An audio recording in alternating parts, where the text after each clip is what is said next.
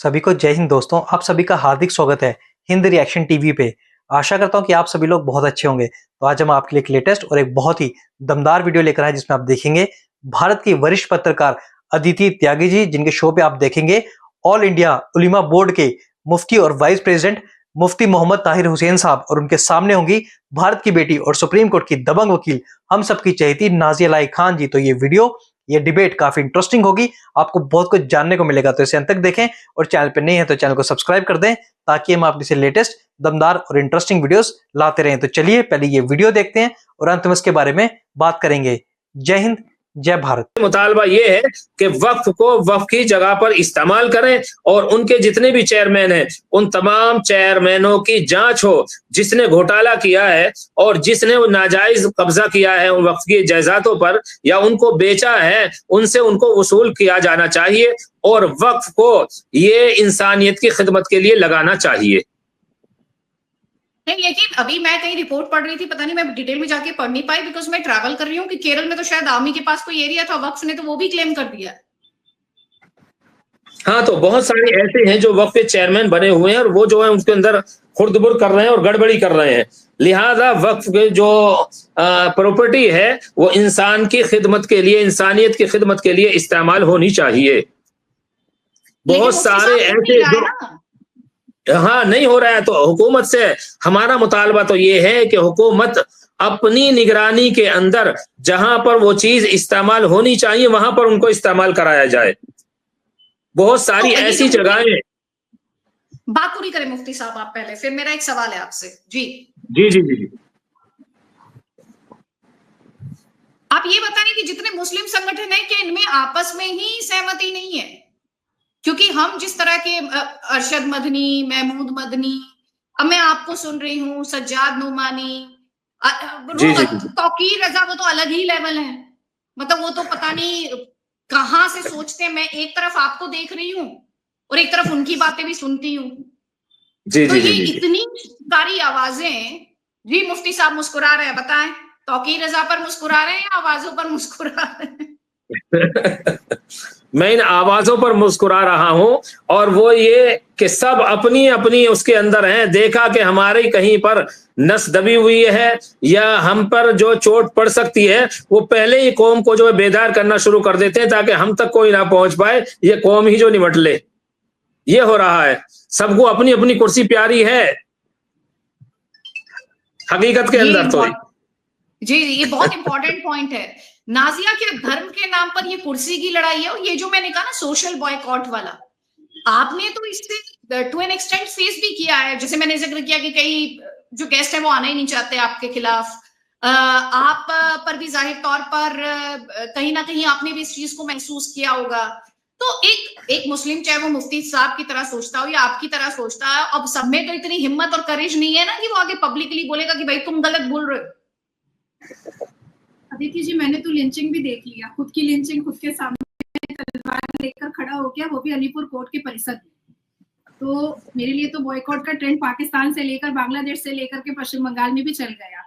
अभी मुफ्ती साहब ने एक बहुत अच्छी बात कही कि महाराष्ट्र में कई ऐसी मस्जिदें हैं जहां पर शराब नवेशी और गैर कानूनी काम होता है। मैंने एक डेटा निकाला था, मैं 2024 के लोकसभा इलेक्शन की बात कर रही हूँ, तो वो उस डेटा में मुझे पता चला था कि कई मस्जिदें हैं जिसमें इलीगल कॉल सेंटर भी चलता है और पूरी पूरी रात उस कॉल सेंटर के द्वारा जो विदेशी मुल्क हैं उनके उन बेचारे मासूमों के पैसे ये लोग गबन कर लेते हैं, हड़प कर लेते हैं उनको धोखा दे करके। तो ऐसे में FBI का, CIA का बहुत ज्यादा एक्टिव जो अब डोनाल्ड ट्रंप के बाद हम लोगों को दिखाई देगा, ये भी ठेकरा ये लोग मोदी जी पर ही फोड़ेंगे। ये ठेकरा भी फोड़ेंगे, मतलब खुद क्राइम कर रहे हैं तो वो नहीं बोलेंगे, लेकिन वो FBI आ गया तो वो मोदी जी की वजह से आ गया है, ये जरूर बोल देंगे। अब आती है बात, है ना मुफ्ती साहब, अब आती है बात कि मैंने अभी एक रिसर्च किया है जिसमें मैंने 331 मज़ारों का डेटा निकाला है। मैं फाइल लेकर के ही बैठी, 331 मज़ारों का मैंने डेटा निकाला है। अब अगर अल कुरान के हिसाब से देखें तो फिरका परस्ती, मजार परस्ती तो हमारे लिए गुनाह है। कुरान की आयतों को अगर झांकते हैं तो ना हम फिरका परस्ती कर सकते हैं, ना हम मजार परस्ती कर सकते हैं। अब ये तो जी, जी, 331 मैंने निकाला है, 331 इसके अलावा भी बहुत है। 331 में मुझे पता चला है कि इसमें तकरीबन 3,90,000 जो है वो मुजाबिर हैं, वो पीर बाबा है, वो मुजाबिर बाबा है, वो वहां पर चादर चढ़ाने वाले हैं, ये टैक्स नहीं पे करते हैं, ये टैक्स नहीं पे करते। तो क्या अब अगर इस मामले को मैं न्यायपालिका या सर्वोच्च न्यायपालिका लेकर के जाती हूँ, तो फिर वो ठेकरा भी ये लोग फोड़ देंगे कि भैया मोदी देखो हमारा खाना बंद करवा रहा है। तो एक तो आप कुरान के खिलाफ जा रहे हो नौजुबिल्ला, लेकिन आप दूसरे को इस्लाम सिखाने और समझाने की कोशिश कर रहे हो। तो आप मान क्या रहे हो, पहले ये तो बता दो ना। आप संविधान मानने को तैयार हो ना, आप अल्लाह का ओरिजिनल कुरान जो हमारी अलहामी किताब है उसको मानने को तैयार हो, लेकिन आप सारी सुख सुविधाएं भी मोदी जी से ले लेते हो, आप उनको गाली भी परोस देते हो। आज देश इतना खूबसूरत है कि जब से मोदी जी के नेतृत्व में ये देश आया है, कहीं पर एक आलू बम भी नहीं फूट सकता है, कोई अजमल कसब नहीं एंटर कर सकता है, कोई यासिन मलिक यहाँ पर पल पुसा नहीं सकता है, कोई याकूब मेमन यहाँ पर पल पुसा नहीं सकता है, कोई बुरहान वानी पैदा नहीं हो सकता है यहाँ पर। इतनी हिम्मत, इतनी मजाली नहीं है। क्या देश की सुरक्षा, क्या देश की सेफ्टी सिक्योरिटी हम मुसलमानों के ऊपर जिम्मेदारी नहीं है कि हम उनको शाबाशी दे के वाकई में यहाँ पर बहुत खूबसूरत सेफ्टी सिक्योरिटी है। तो इस्लाम के जस्टिफिकेशन पर जो एक क्रिमिनल एक्टिविटीज लोग एक हिजाब पहन करके कर रहे हैं, उसका पर्दाफाश होना बहुत जरूरी है। हो सकता है कि मुझे आरएसएस का दलाल बोला जाएगा, मुफ्ती साहब को बोला जाएगा, लेकिन हम जैसे लोगों को पीछे नहीं हटना है।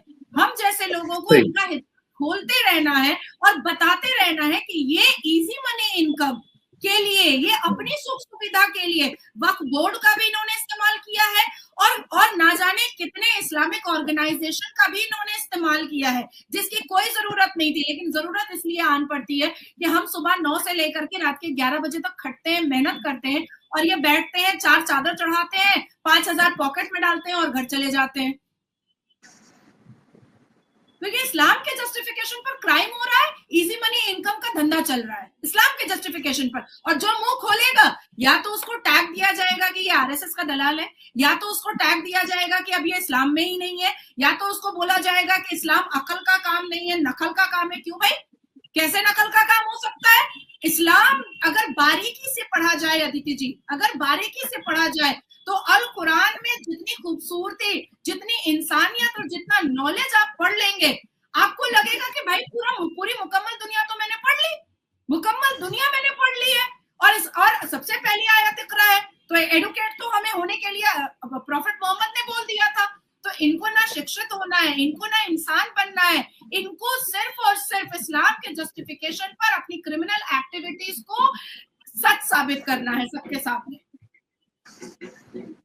मुफ्ती साहब, क्लोजिंग कमेंट आपका लूंगी मैं। जो बात कोई आप ऐड करना चाहें, चाहे वो वक्फ बोर्ड के सिलसिले में हो, या मुसलमान के वोट करने के सिलसिले में हो, या उसमें जो इनसिक्योरिटी है बीजेपी को लेकर उस सिलसिले में हो।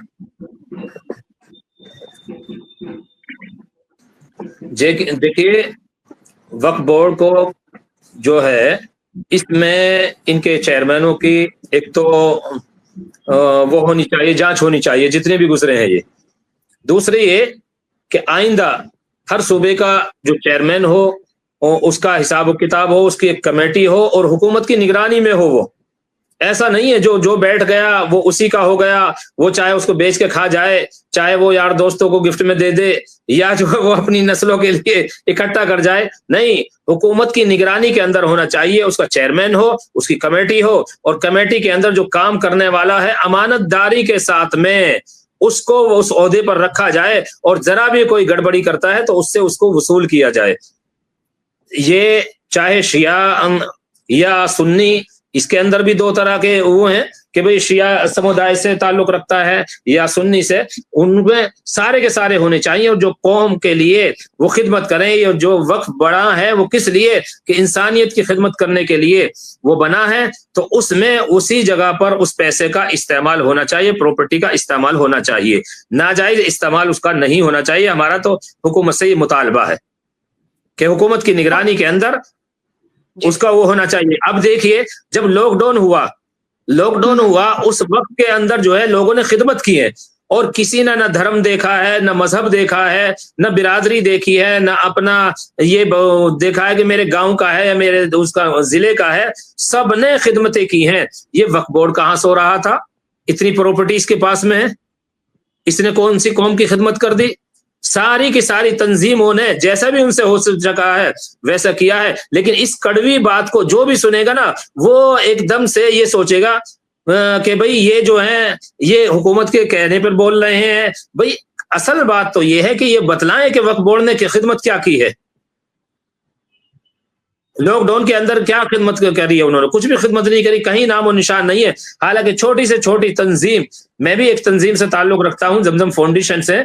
हमने हिंदू राव हॉस्पिटल के अंदर अल्हम्दुलिल्लाह सुम्मा अल्हम्दुलिल्लाह हर मर्तबा जो है वहां पर खिदमत करते हैं। ईद मिलादुन नबी हो, चाहे फ्रूट तकसीम करते हैं मरीजों को, वहां ये नहीं देखते कि ये मुसलमान है, कि हिंदू है, सिख है या पारसी है या ईसाई है, नहीं, सबके लिए खिदमत वहां पर की जाती है। और खिदमत खल्क ईद मिलादुन नबी के मौके पर भी, रमजान मुबारक के मौके पर भी और दूसरी एतबार से भी। लेकिन वक्फ बोर्ड का कहीं हमने खिदमत करते हुए कोई नहीं देखा।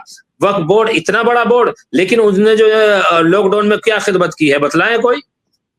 अभी इस बात को कोई कह देगा तो कड़वी लगेगी और वो से ये कहेंगे कि जी ये जो है फलां से ताल्लुक रखते हैं, फलां से ताल्लुक रखते हैं, फलां से ताल्लुक रखते हैं। ये देखिए कड़वा सच है ये, कि इसको चाहिए कि सीरियस लिया जाए और हुकूमत इस पर निगाह रखे, और जो है जितने भी उसके जिम्मेदारान कमेटी बने, चेयरमैन बने, वो सही सही काम करें तो ओहदों पर रखा जाए, वरना उठा करके कचरे के डब्बे में डाल दिया जाए। जिस चीज के लिए अल्लाह के लिए वो वक्फ किया है और वो वहां पर अगर इस्तेमाल नहीं होगा तो कहां इस्तेमाल होगा? अपनी नस्लों को पालने के लिए इस्तेमाल करेंगे उसको।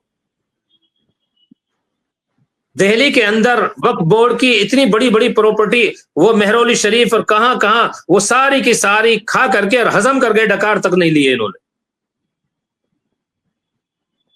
अब अगर कोई बात कहने के लिए, उस सलीके से काम करने के लिए आता है तो उस पर तरह तरह के इल्जामात लगा देते हैं कि ये बीजेपी का एजेंट, ये आरएसएस का एजेंट, ये फला का एजेंट, ये फला का एजेंट। और ये जितने भी जिनका दर्द हो रहा है इस वक्त के अंदर, सबको अपनी कुर्सी बचानी है, अपनी तंजीमें बचानी है, और कुछ नहीं है।